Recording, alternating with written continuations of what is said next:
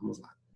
Tá, então, resolvendo a questão 8.11, tá? É a questão dessa figura, né? Vocês têm nessa questão um carregamento, é uma viga biapoiada que traz um carregamento com duas cargas na vertical, né? Uma de 36 quilonewtons para baixo, direcionada para baixo, e outra também de 36 direcionada para cima. O vão entre os apoios e as cargas é de 0,8 metros, tá? Entre todos os pontos da viga. A dimensão da altura da seção é fornecida, é esse 210 milímetros, e então eu preciso determinar nessa questão 8.11 qual é o B. O B aqui se trata da base, né, da seção. Tá? Então, lembrando que são vigas de madeira e a tensão admissível são essas duas aqui, né? A tensão normal admissível de 12 megapascal e a tensão de cisalhamento admissível de 825 megapascal. Então, inicia-se ali o processo de resolução a partir do roteiro que eu passei para vocês, né? Então, analisando ali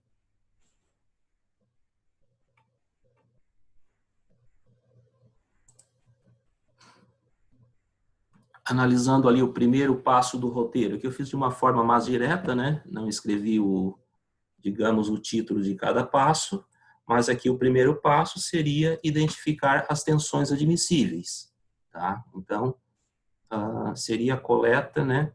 Trazer essas tensões admissíveis para serem comparadas lá no final da questão.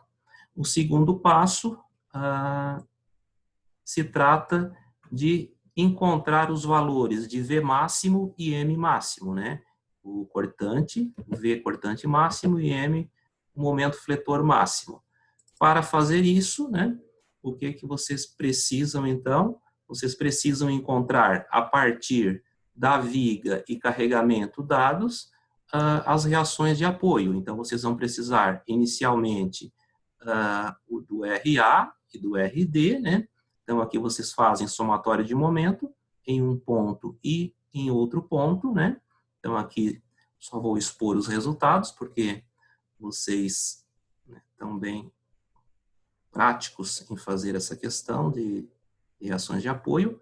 Então, aqui o RA foi de 12 quilonewtons e o RB que eu fiz pelo somatório de forças na vertical, né? Somatório de forças em Y igual a 0, encontrei menos 12 quilonewtons.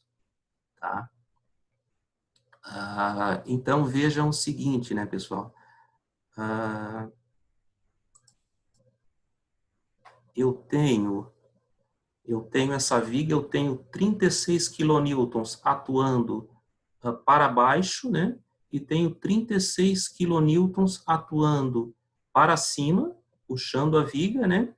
E com isso, a reação de apoio em A é de mais 12 quilonewtons e a reação de apoio em D, né, é de menos 12 quilonewtons.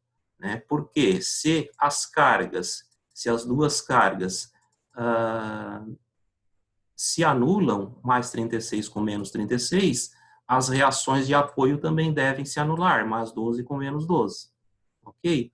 Feito isso, eu vou para o traçado dos diagramas. Então, inicio aqui no ponto A com o...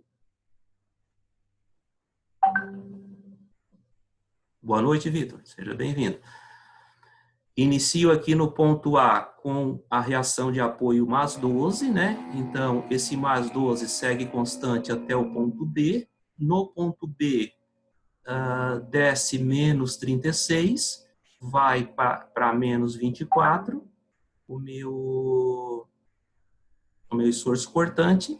De B, esse menos 24 segue constante até C, o menos 24, chegando em C, esse menos 24 é alterado de mais 36 quilonewtons e passa novamente para mais 12. segue até D com mais 12, e em D, esse menos 12 da reação atua, levando o cortante para zero. Certo? Fechado o nosso gráfico, eu identifico aqui que em módulo, o máximo cortante é de 24 kN.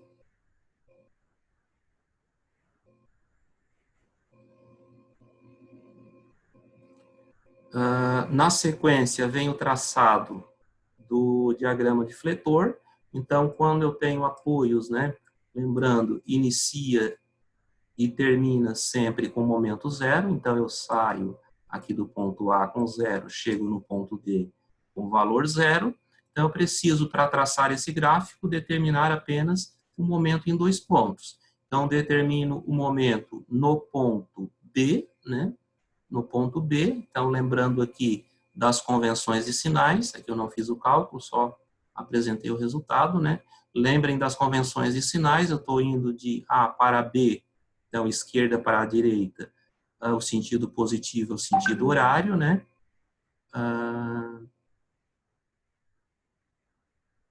Ok, Vitor? Tudo bem? Sentido horário, e eu obtive aqui no ponto B mais 9,6 kN força. No ponto C, fazendo da mesma forma, então eu vou ter a reação mais 12 vezes a distância até C, menos o 36 vezes a distância até C, que me fornece esse valor de menos 9,6. Tá? Então, o formato do gráfico, relembrando, é função do tipo de carregamento, né? Sempre. Aqui, cargas concentradas, eu vou ter para o fletor linhas retas, né? Retas inclinadas, ligando os pontos, e tomando o máximo valor de fletor em módulo, eu vou ter o 9,6. Então, são valores iguais nos 2 pontos. Então, respondi aqui o passo 2, sigo para o passo 3. No passo 3, eu também devo fazer a determinação do W mínimo, certo? Então, o W mínimo o que é? É o momento máximo pela tensão normal admissível. Então, o momento máximo é esse 9,6 kN, que é 9.600 Nm. A tensão admissível é o 12 mega. 12 mega é 12 vezes 10 na sexta newton por metro quadrado, né? Fazendo essa divisão, o resultado do meu W mínimo deve ser de 800 vezes 10 na menos 6 metro cúbico. Metro ao cubo, né? Agora, como que eu dou sequência, né? Antes eu tinha tabelas, né, para trabalhar os perfis, aqui eu não tenho. Então, como eu não tenho tabela, eu tenho que usar essa relação aqui, ó. Essa relação, W é 1/6 de B vezes H ao quadrado. Essa relação, ela está lá no material de vocês, tá? Deixa eu apresentar aqui. Está lá no material.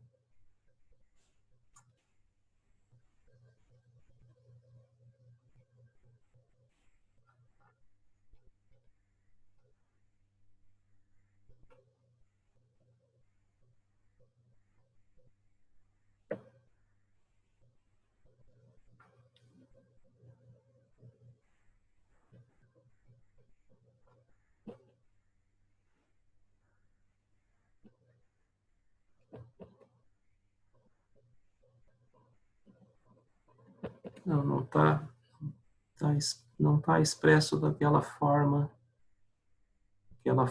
ali, mas é o seguinte, vocês sabem, na verdade vem dessa relação. Vocês sabem que, voltando aqui, vocês sabem que W é igual a inércia dividido pelo C, né? Então, o W é o nosso módulo resistente, né? é a razão entre a inércia da seção e a meia altura da seção, né? Então, é a inércia dividido pela meia altura, que é o nosso C. Então, a inércia de uma seção retangular é 1 sobre 12 vezes a base B vezes a altura ao cubo, certo? Então, essa expressão da inércia dividido pelo C, o que é o C? Sendo a meia altura, o C vai ser H sobre 2. Então, resolvendo essa expressão inércia sobre C e colocando C em função de H, fazendo C igual a H sobre 2, resolvendo essa expressão, eu chego nessa expressão aqui simplificada, de que H é 1/6 de B vezes, aliás, que W é 1/6 de B vezes H ao quadrado. Tá? Então, aqui basta substituir o valor de H que foi encontrado, de H, estou cismando no H, o valor de W, né, que foi encontrado, que é 800 vezes 10 na sexta, tá? O valor da altura vocês têm, né, esse valor de H. Quanto é o valor de H? É o valor da altura da seção, então é esse 210 milímetros. Então, vocês vão colocar aqui em metros 0,21 ao quadrado, para o H. E esse B, então, continua na expressão para ser determinado, né? Então, resolvendo a expressão agora para B, eu encontro o valor de B igual a 0,1088 metros, né? Então, seria em milímetros, para ficar mais fácil, né? Fazendo a conversão, mais compreensível, é 108,8 milímetros, tá? Então, finalizou a conta? Não, né? Tem toda essa parte aqui que ainda não foi vista a partir do passo 4. Então, no passo 4, o que é que a gente faz? Reparem que eu encontrei o valor B, que está sendo pedido lá no enunciado, né? Para definir a seção, né? Eu preciso desse B, porque a altura eu já tinha, então eu preciso da outra dimensão para definir a seção. Então, eu defini esse valor de B a partir da tensão normal, do sigma admissível. Então, agora eu preciso fazer a verificação quanto ao cisalhamento. Tá? Quanto à tensão normal, tá ok. Como eu falei para vocês, uma seção retangular não vai existir valor maior, né, do que o máximo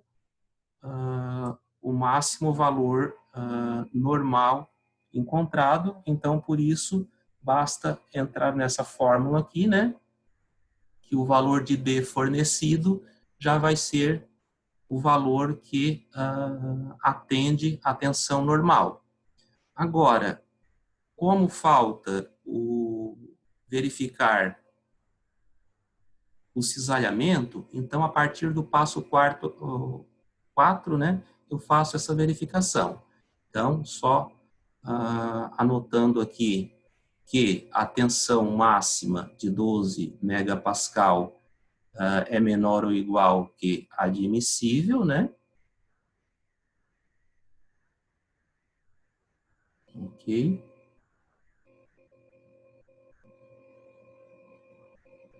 Isso aqui é só uma representação, né, pessoal? Aquele B é exatamente o valor para a tensão admissível. Esse valor 12 é o valor da tensão admissível, certo?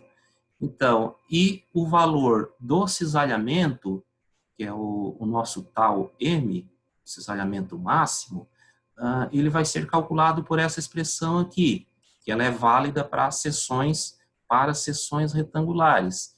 Então, é 3/2 de V sobre a área da seção. Então, vai ser 3/2 do V máximo, que foi encontrado no diagrama. O V máximo é o 24 quilonewtons, ou 24.000 newtons, e a área da seção vai ser o base vezes altura, né? Então, a base é o que eu determinei aqui, 0,1088 metros, vezes a altura que eu já tinha, que é o 0,21.